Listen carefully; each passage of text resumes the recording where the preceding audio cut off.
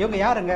சாதாரண காலேஜ் படிச்சுட்டு இருந்த ஸ்டூடெண்ட்ஸ். 30 வயசுக்குள்ளேயே 200 கோடி சம்பாதிச்சாங்க. பெரும்பாலான மாணவர்களுடைய எண்ண ஓட்டம். ஆனா சுப்ரியாவுக்கும் சோபித்துக்கும் என்ன மாதிரியான எண்ண ஓட்டங்கள் இருந்துச்சு தெரியுமா? நாம மற்றவங்களை கை தூக்கி விட்டா கடவுள் நம்மளை கை தூக்கி விடுவார் அப்படின்றதுல உங்களுக்கு நம்பிக்கை இருக்குதா? அப்படி இல்லை அப்படின்னா சுப்ரியா பால் அண்ட் சோபித் பங்கா அப்படின்ற 2 பேருடைய உத்வேகம் ஊட்டக்கூடிய கதையை நீங்கள் கேட்டிங்க அப்படின்னா உங்களுக்கு அந்த நம்பிக்கை கண்டிப்பாக வரும். இவங்க யாருங்க?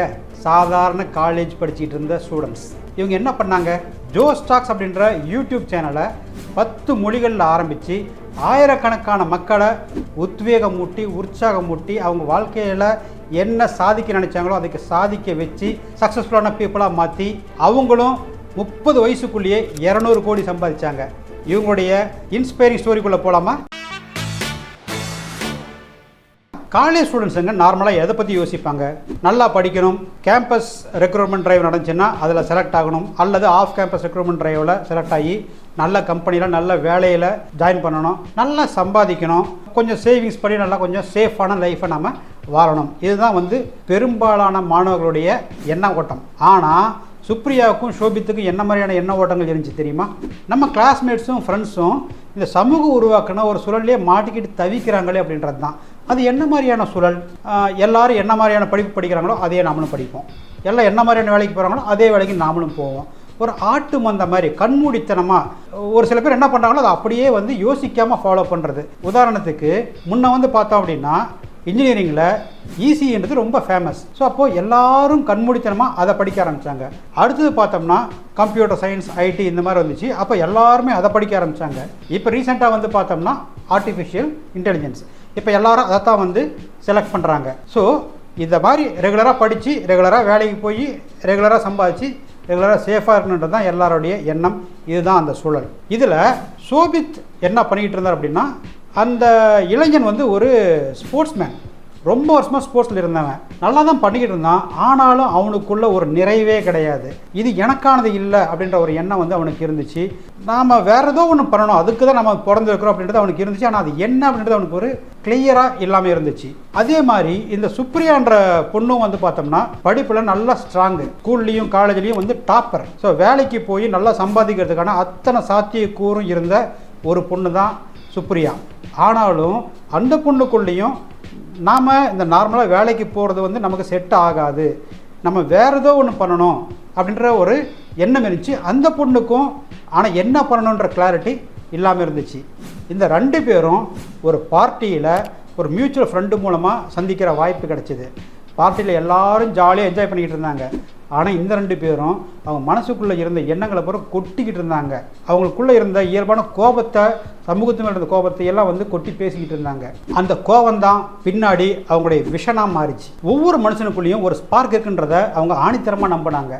அதுவும் ஸ்பெசிஃபிக்காக பார்த்தோம் அப்படின்னா இந்தியாவில் இருக்கிற Tier 2 cities, Tier 3 cities, villages, இங்கேயெல்லாம் பார்த்தா வெளியே வராத ஆற்றல் நிறையா இருக்குன்றத அவங்க நம்பினாங்க. ஆனால் இதெல்லாம் வெளியே வர விடாமல் தடுக்கிறது என்ன? மேபி அவங்களுக்கான லாங்குவேஜ் பேரியராக இருக்கலாம், அல்லது அது எப்படி பண்ணணும் அப்படின்ற நாலேஜ் இல்லாமல் இருக்கலாம், அதுக்கான வழிமுறை தெரியாமல் இருக்கலாம், அல்லது இது செஞ்ச கரெக்டாக வருமா வராதா அப்படின்னு செக் பண்ணிக்கிறதுக்கு ஒரு ரோல் மாடல் இல்லாமல் இருக்கலாம். ஸோ இதெல்லாம் தடைகள்.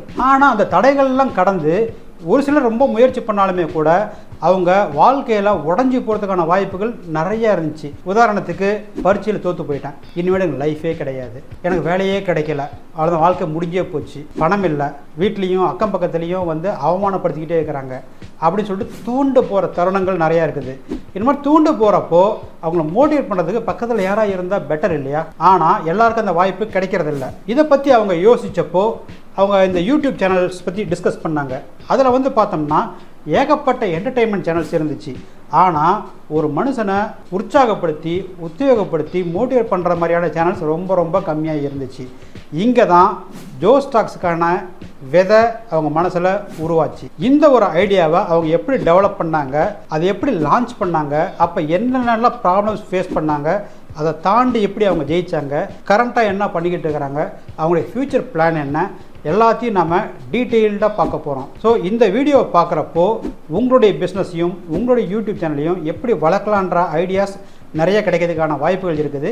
இந்த வீடியோவை கடைசி வரைக்கும் பாருங்கள். இனிஷியலாக அவங்க ஆரம்பித்தப்போ ஜோஸ்டாக்ஸ்ன்றது யூடியூப் சேனல்லாம் இல்லைங்க, அது வந்து காலேஜில் நடத்தக்கூடிய ஒரு ஈவெண்ட்டாக தான் அவங்க ஆரம்பித்தாங்க. ஸோ இவங்களுடைய ஐடியா என்னென்னா, காலேஜில் ஒரு வென்யூ எடுத்து அங்கே ஒரு ஈவெண்ட் கண்டக்ட் பண்ணோம். அந்த ஈவெண்ட்டில் லைஃப்பில் அச்சீவ் பண்ணவங்களை கூப்பிட்டு வச்சு ஸ்பீக்கர்ஸாக நிறுத்தி வைக்கணும். ஸோ அந்த ஸ்பீச்சில் அவங்களுடைய லட்சியம் என்ன, அதை அடையிறதுக்கு என்னென்னலாம் ப்ராப்ளம்ஸ் வந்துச்சு, அதை தாண்டி எப்படி வந்து லைஃப்பில் ஜெயிச்சாங்க அப்படின்றத சொல்லி அதை பார்க்குறவங்கள மோட்டிவேட் பண்ணி இன்ஸ்பயர் பண்ணி அந்த வியூவர்ஸையும் வந்து அவங்களுடைய லைஃபுடைய கோல் அச்சீவ் பண்ணுறதுக்கு ஒரு தூண்டுதலாக இருக்கக்கூடியது தான் இந்த ஈவெண்ட் அப்படின்றது அவங்களுடைய இனிஷியல் ஐடியா. ஸோ இதுக்காக அவங்க வந்து காலேஜுக்கிட்ட போய் ஃபஸ்ட்டு கேட்டாங்க, எங்களுக்கு இந்த மாதிரி வென்யூ வேணும் அப்படின்னு சொல்லிட்டு. ஆனால் இது ஆரம்பிக்கிறப்ப அவங்களுக்கு எப்படி ஒரு ஈவெண்ட் கண்டக்ட் பண்ணுன்ற ஐடியாவே கிடையாது. அவங்க ஈவெண்ட் மேனேஜ்மெண்ட் டீமில் எதுவும் இல்லையா. அதே டைம் காலேஜ் என்ன பண்ணிச்சு அப்படின்னா, இவங்க காலேஜ் படிச்சுட்டு இருக்கிற ஸ்டூடெண்ட்ஸு இதை வந்து ஒரு ப்ரொஃபஷனல் எடுத்து பண்ணுறேன்னு சொல்கிறாங்க. இவங்க பைத்தியமா அப்படி சொல்லிட்டு இவங்க மேலே சுத்தமாக துளி கூட நம்பிக்கை இல்லாமல் தான் இருந்தாங்க. அவங்க ஒத்துக்கவே இல்லை. கடைசி இவங்க என்ன சொன்னாங்க அப்படின்னா,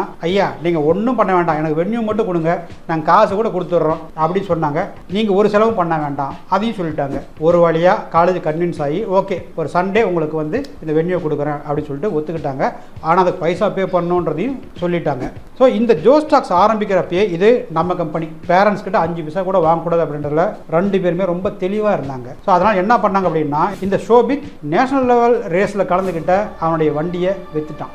அது மூலமாக 2.5 லட்ச ரூபா கிடைச்சிது. ஸோ இதில் காலேஜ் வென்யூக்கே பார்த்தோம்னா 1.5 லட்ச ரூபா செலவாயிடுச்சு. அப்புறம் டிக்கெட்டுங்களை விற்றாங்க. டிக்கெட்டுங்க பார்த்தா 150 ஒரு 250 ரூபாய்க்கு வெவ்வேறு ரேட்டில் விற்றுட்டு இருந்தாங்க. ஸோ டோட்டலாக அவங்களுக்கு கிடைச்ச கலெக்ஷன் பார்த்தோம்னா ஒரு 1.25 லட்சத்துலேருந்து ஒரு 2 லட்சம் ரூபா வரைக்கும் கிடைச்சிது. ஆனால் அதுக்கான எக்ஸ்பென்ஸ் வந்து பார்த்தீங்க அப்படின்னா 2.5 லட்சம். ஸோ ஒரு 50,000 75,000 வரைக்கும் அவங்களுக்கு நஷ்டம் தான் கிடைச்சிது. ஸோ இதில் வந்து பார்த்தோம்னா இதே மாதிரி போச்சுன்னா இந்த ஈவெண்ட்டில் நம்ம கண்டக்ட் பண்ணுறது ப்ராக்டிக்கலாக சாத்தியம் இல்லை. இது வந்து ஒரு ஃபெயிலியரான பிஸ்னஸ் மாடல் அப்படின்றத அவங்க புரிஞ்சுக்கிட்டாங்க.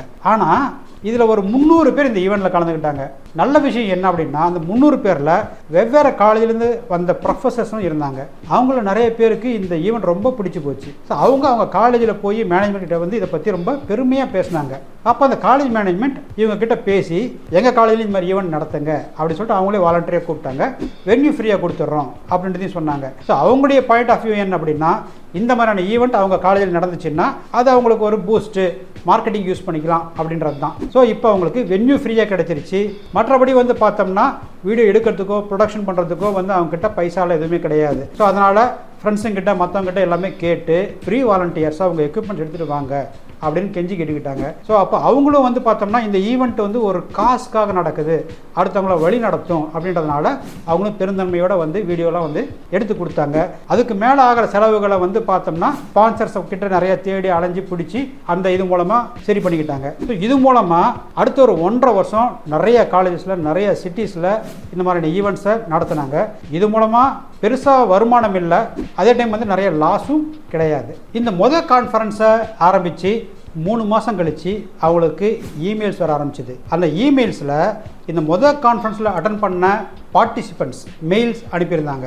நாங்கள் பார்த்துட்டு இருந்த வேலையை விட்டுட்டேன், என்னுடைய லட்சியத்தை பார்த்து நான் வந்து நடக்க ஆரம்பிச்சிட்டேன் அப்படின்னு ஒரு சில பேர் வந்து பார்த்தோம்னா என் படிப்பையே பாதியில் விட்டுட்டேன், எனக்கு என்ன பிடிக்குதோ அதை பார்த்து நான் வந்து போக ஆரம்பிச்சிட்டேன் அப்படின்னு சொல்லிட்டு சில பேரும் மெயில்ஸ் அனுப்பிச்சிருந்தாங்க. அது இல்லாமல் இந்த 1.5 வருஷத்தில் ஏகப்பட்ட ஈவெண்ட்ஸ் அவங்க நடத்தினாங்க இல்லையா, வெவ்வேறு காலேஜஸில் வெவ்வேறு சிட்டிஸில். அங்கே வந்து ஒரு ஸ்பீக்கர் அவருடைய லட்சியம் என்ன, அதுக்காக அவங்க சந்தித்த போராட்டங்கள் என்ன, எவ்வளோ அவமானங்களை சந்தித்தாங்க, இதையெல்லாம் தாண்டி அவங்க எப்படி ஜெயித்தாங்க அப்படின்னு சொல்கிறப்போ ஆடியன்ஸோடைய எமோஷன்ஸ் அவங்க பார்த்தாங்க. ஸோ இவங்க போராட்டம் சந்திக்கிறப்போ அவங்க போராட்டம் சந்திக்கிறது மாதிரியே ஃபீல் பண்ண ஆரம்பித்தாங்க. இவங்க அவமானம் வர்றப்போ அவங்களும் அந்த அவமானத்தால் துடித்தாங்க. இவங்க ஜெயித்தப்போ ஆனந்த கண்ணீர் வந்து அவங்க கண்ணில் வந்ததை இவங்க பார்த்தாங்க. ஸோ ஜோஸ்டாக்ஸ் என்ன பர்பஸுக்காக ஆரம்பித்தோமோ அது வந்து கண்டிப்பாக நடந்துருச்சுன்றதை அவங்க வந்து ஃபீல் பண்ண ஆரம்பித்தாங்க. ஆனால் இப்போது இது வந்து பார்த்தோம்னா ஒரு ஆடிட்டோரியத்தில் நடக்கிறப்போ அந்த ஆடிட்டோரியத்துடைய கெப்பாசிட்டி என்னவோ அவ்வளோ மக்கள் தான் வந்து அதை பார்க்க முடியுது. இதை வந்து நிறைய பேர் கொண்டு போய் சேர்க்கணும்னு அவங்க ஆசைப்பட்டாங்க. ஆனால் அதே டைமில் இந்த ஆஃப்லைன் ஈவெண்ட் மூலமாக ப்ராஃபிட் ஜாஸ்தி கிடைக்கல. ப்ராஃபிட் இல்லாதப்போ இதை வந்து மேற்கொண்டு நடத்துறது ரொம்ப கஷ்டம், வீட்லேயும் கன்வின்ஸ் பண்ண முடியாது. இந்த மாதிரி ஒரு சிக்கலில் வந்து அவங்க மாட்டிக்கிட்டு தவிச்சிக்கிட்டு இருந்தாங்க. இந்த டைமில் தான் ஃபார்ச்சூன் ஃபேவர்ஸ் த பிரேவ் அப்படின்ற மாதிரி ஜியோ ஸ்டார்ம் ஆரம்பிச்சிது. ஸோ ஜியோ புரட்சியில் எல்லா ஜனங்க கையிலையும் இந்தியா பூராவுமே மொபைலும் இருந்துச்சு, ஃப்ரீ இன்டர்நெட்டும் இருந்துச்சு. ஸோ அப்போ தான் இவங்க நம்மளை நாமே ட்ரான்ஸ்ஃபார்ம் பண்ணிக்கக்கூடிய ஒரு காலகட்டம் இது அப்படின்றத உணர்ந்தாங்க. ஒவ்வொரு பிஸ்னஸ் மேனுக்குமே முக்கியம் என்ன அப்படின்னா அந்தந்த காலகட்டத்துக்கு தகுந்தபடி அவங்க அடாப்ட் ஆகிக்கணும், ட்ரான்ஸ்ஃபார்ம் ஆகிக்கணும். அப்போ தான் வந்து வளர்ச்சி இருக்கும். அது நேச்சுரலாகவே இவங்களுக்கு இருந்துச்சு. ஸோ அப்போது நம்ம ஆஃப்லைன் ஈவெண்ட்டை நிறுத்தினோம்னா நமக்கு 2 பெனிஃபிட். ஒன்று, நம்ம நிறையா ஆடியன்ஸை ஆன்லைன் மூலமாக ரீச் பண்ணலாம். ரெண்டாவது, நமக்கு ஃபினான்ஷியலாகவும் வந்து ஆஃப்லைன் ஈவெண்ட் அளவுக்கு செலவு ஆகாது, ப்ராஃபிட்டபுளாக இருக்கும் அப்படின்றது தான் அவங்களுடைய கெஸ். ஸோ முழுக்க இதை நிறுத்திட்டு அவங்க ஜோ ஸ்டாக்ஸ் அப்படின்ற ஒரு ஹிந்தி சேனலை ஃபஸ்ட்டு ஆரம்பித்தாங்க. அது வந்து மக்களுக்கு ரொம்ப ரொம்ப ரொம்ப பிடிக்க ஆரம்பிச்சிது, ரொம்ப பிரபலமாக ஆரம்பிச்சிது, நிறைய பேருடைய லைஃப்பில் ஒரு இம்பேக்ட் க்ரியேட் பண்ணிச்சு. ஸோ அதோடைய வளர்ச்சியை பார்த்துட்டு இவங்க அடுத்து மற்ற லாங்குவேஜ்லேயும் ஆரம்பித்தாங்க. மொத்தம் 10 லாங்குவேஜ். அதில் ஒன் ஆஃப் த சேனல் தான் ஜோ ஸ்டாக்ஸ் தமிழ். இந்த ஸ்டோரியை கேட்குறப்போ உங்களுக்கு வந்து ரொம்ப ஈஸியாக வந்து அவங்க ஜெயிச்ச மாதிரி தோணும். ஆனால் கதையை கேட்குறது வேறு, கதைக்குள்ளே வாழ்ந்து பார்க்குறது வேறு. ஸோ அதில் என்னென்ன இஷ்யூஸ் ஃபேஸ் பண்ணாங்கன்னு சொல்லிட்டு நான் இப்போ சொல்கிறேன். ஸோ முதல்ல அவங்க பேரண்ட்ஸை கன்வின்ஸ் பண்ண முடியல. ஸோ அவங்க என்ன நினச்சாங்க, இது வந்து ஒரு தொண்டு, ஒரு சேவை, ஒரு சேரிட்டி ஒர்க்கு அப்படி தான் நினச்சாங்க. இந்த சேரிட்டி ஒர்க்கு நீ வேலைக்கு போ, ஈவினிங் வந்து பண்ணு அப்படின்னு சொன்னாங்க. அதுக்கு அவள் கன்வின்ஸ் ஆகலை. அப்போ வந்து என்ன சொன்னாங்க அப்படின்னா, ஓகே நீ ஃபஸ்ட்டு வேலைக்கு போ, கொஞ்சம் சம்பாதிச்சுக்கோ, சில வருஷங்கள் கழித்து நீ அதுக்கப்புறமேட்டு வந்து ஜனங்களுக்கு சேவை செய்யு அப்படின்னு சொன்னாங்க. ஸோ வீட்டில் தான் இந்த மாதிரி ஒரு பிரச்சனை தடங்கள் அப்படின்னு பார்த்தோம் அப்படின்னா வெளியே வேற மாதிரியான கமெண்ட்ஸ் வந்துச்சு. என்ன டெடெக்ஸை காப்பி பண்ணுறீங்களா அப்படி சொல்லிட்டு கேட்டாங்க. சில பேர் டெடெக்ஸோடைய இந்தியன் வெர்ஷனா இது அப்படி சொல்லிட்டு நக்கல் அடிச்சுட்டு இருந்தாங்க. இது ஒரு வகையான பிரச்சனை. அப்போதான் உங்களுக்கு ஒரு கிளாரிட்டி கிடைச்சிது. ஃபர்ஸ்ட் டெடெக்ஸுக்கும் ஜோ ஸ்டாக்ஸுக்கும் என்ன டிஃபரன்ஸ் இருக்கணும், என்ன பண்ணணும், என்ன பண்ணக்கூடாது, எதை சேர்க்கணும், எதை சேர்க்கக்கூடாது அப்படின்ற தெளிவு அந்த சேனல்லேருந்து அவங்க கற்றுக்கிட்டாங்க. வேற வகையான பிரச்சனை என்னன்னு பார்த்தோம்னா, ஸ்பீக்கர்ஸ் வந்து அவங்க புக் பண்ணியிருக்காங்க இல்லையா, சில டைம் அந்த ஸ்பீக்கர்ஸில் வர முடியாமல் லாஸ்ட் மினிட்ல கேன்சல் பண்ணியிருக்கிறாங்க. அப்போது வேற ஸ்பீக்கர்ஸை சேஸ் பண்ணி அர்ஜென்ட்டாலாம் வந்து கொண்டு வந்துருக்கிறாங்க. அதுவும் இந்த சுப்ரியாவுடைய வீட்டில் 1.5 வருஷத்துக்கு நான் என்ன பண்ணுறேன் அப்படின்றத அவங்க சொல்லவே இல்லை. ஏன்னா உண்மையை சொன்னால் அவங்க வந்து எங்கள் சொசைட்டி நாம்ஸுக்கு எகேன்ஸ்டாக வந்து இந்த பொண்ணு போகிறாங்க, அதனால் வந்து அவர் லைஃப் வந்து வீணாக போயிடுவோம் அப்படின்ற பயந்துருவாங்கன்றதுனால சொல்லலை. ஸோ அவங்க என்ன சொன்னாங்க அப்படின்னா, நான் ஒரு என்ஜிஓக்காக வந்து வாலண்டியராக தான் போகிறேன். ஸோ இது வந்து நான் என்னுடைய ரெஷ்யூமில் போட்டுக்கிட்டேன் அப்படின்னா கொஞ்சம் வெயிட்டேஜ் அதிகமாக இருக்கும் அப்படின்னு வந்து போய் தான் சொன்னாங்க. ஸோ ஆக்சுவலாக அவங்க பேரண்ட்ஸை கன்வின்ஸ் பண்ணுறதுக்கு 2 வருஷம் ஆச்சு. இப்போது 2 காலேஜ் ஸ்டூடெண்ட்ஸ் எப்படி அவங்களுக்கு வந்து ஏகப்பட்ட பிரச்சனைகளை சந்தித்து அதை தாண்டி அவங்க லட்சியத்தில் ஜெயித்தாங்க அப்படின்றத பார்த்தோம். இதை பார்த்து நாமளும் இன்ஸ்பயர் ஆகி நம்மளுடைய ஸ்கில்ஸ் இம்ப்ரூவ் பண்ணிக்குவோம், கடினமாக உழைப்போம், நம்ம லட்சியத்தில் நாமளும் வந்து ஜெயிப்போம். இப்போது உங்கள் லட்சியம் என்னென்னு கண்டுபிடிச்சிட்டிங்கன்னா அதை கமெண்ட்டில் சொல்லுங்கள். இந்த வீடியோ உங்களுக்கு பிடிச்சிருந்துச்சின்னா லைஃப்பில் அடுத்து என்ன பண்ணுறதுன்னு தெரியாமல் தவிச்சிட்டு இருக்கிற உங்கள் ஃப்ரெண்ட்ஸுங்கிட்ட ஷேர் பண்ணுங்கள். இந்த மாதிரி உபயோகமான வீடியோஸை மேற்கொண்டு பார்க்க இந்த சேனலை சப்ஸ்கிரைப் பண்ணுங்கள்.